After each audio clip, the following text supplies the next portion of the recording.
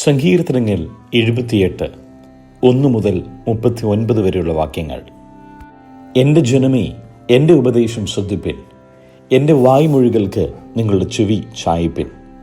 ഞാൻ ഉപമ പ്രസ്താവിപ്പാൻ വായ് തുറക്കും, പുരാതന കടങ്കഥകളെ ഞാൻ പറയും. നാം അവയെ കേട്ടറിഞ്ഞിരിക്കുന്നു, നമ്മുടെ പിതാക്കന്മാർ നമ്മോട് പറഞ്ഞിരിക്കുന്നു.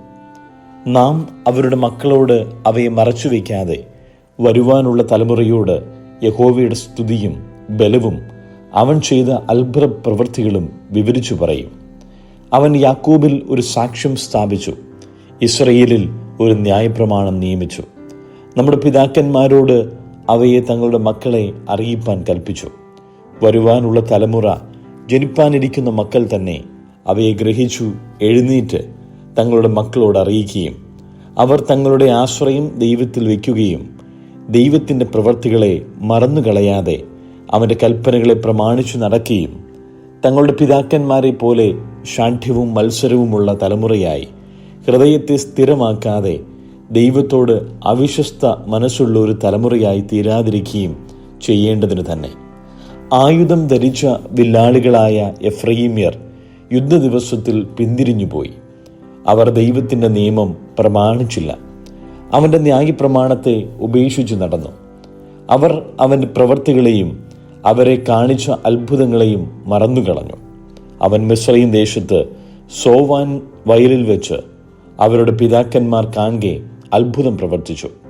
അവൻ സമുദ്രത്തെ വിഭാഗിച്ചു, അതിൽ കൂടി അവരെ കടത്തി. അവൻ വെള്ളത്തെ ചിറ പോലെ നിൽക്കുമാറാക്കി.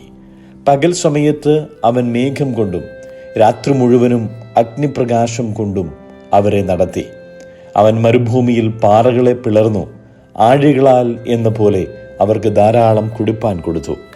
പാറയിൽ നിന്ന് അവൻ ഒഴുക്കുകളെ പുറപ്പെടുവിച്ചു, വെള്ളം നദികളെ പോലെ ഒഴുകുമാറാക്കി. എങ്കിലും അവർ അവനോട് പാപം ചെയ്തു, അത്യുന്നതനോട് മരുഭൂമിയിൽ വെച്ച് മത്സരിച്ചു കൊണ്ടിരുന്നു. തങ്ങളുടെ കൊതിക്ക് ഭക്ഷണം ചോദിച്ചു കൊണ്ട് അവർ ഹൃദയത്തിൽ ദൈവത്തെ പരീക്ഷിച്ചു. അവർ ദൈവത്തിന് വിരോധമായി സംസാരിച്ചു. മരുഭൂമിയിൽ മേശ ഒരുക്കുവാൻ ദൈവത്തിന് കഴിയുമോ?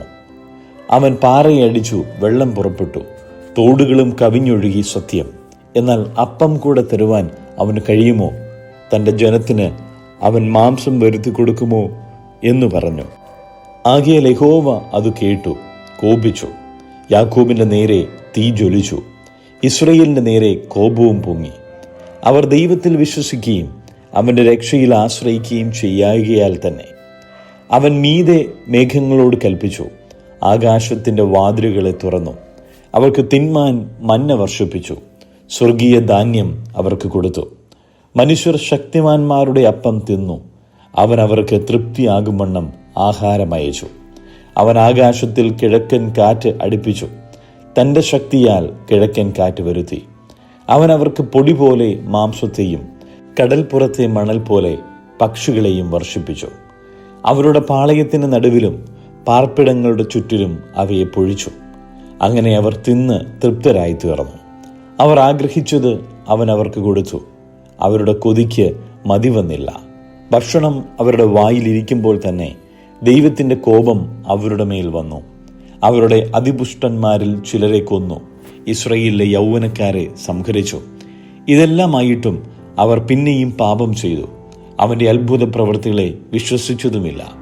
അതുകൊണ്ട് അവൻ അവരുടെ നാളുകളെ ശ്വാസം പോലെയും അവരുടെ സംവത്സരങ്ങളെ അതിവേഗത്തിലും കഴിയുമാറാക്കി. അവൻ അവരെ കൊല്ലുമ്പോൾ അവർ അവനെ അന്വേഷിക്കും. അവർ തിരിഞ്ഞ് ജാഗ്രതയോടെ ദൈവത്തെ തിരയും. ദൈവം തങ്ങളുടെ പാറ എന്നും അത്യുന്നതനായ ദൈവം തങ്ങളുടെ വീണ്ടെടുപ്പുകാരൻ എന്നും അവർ ഓർക്കും.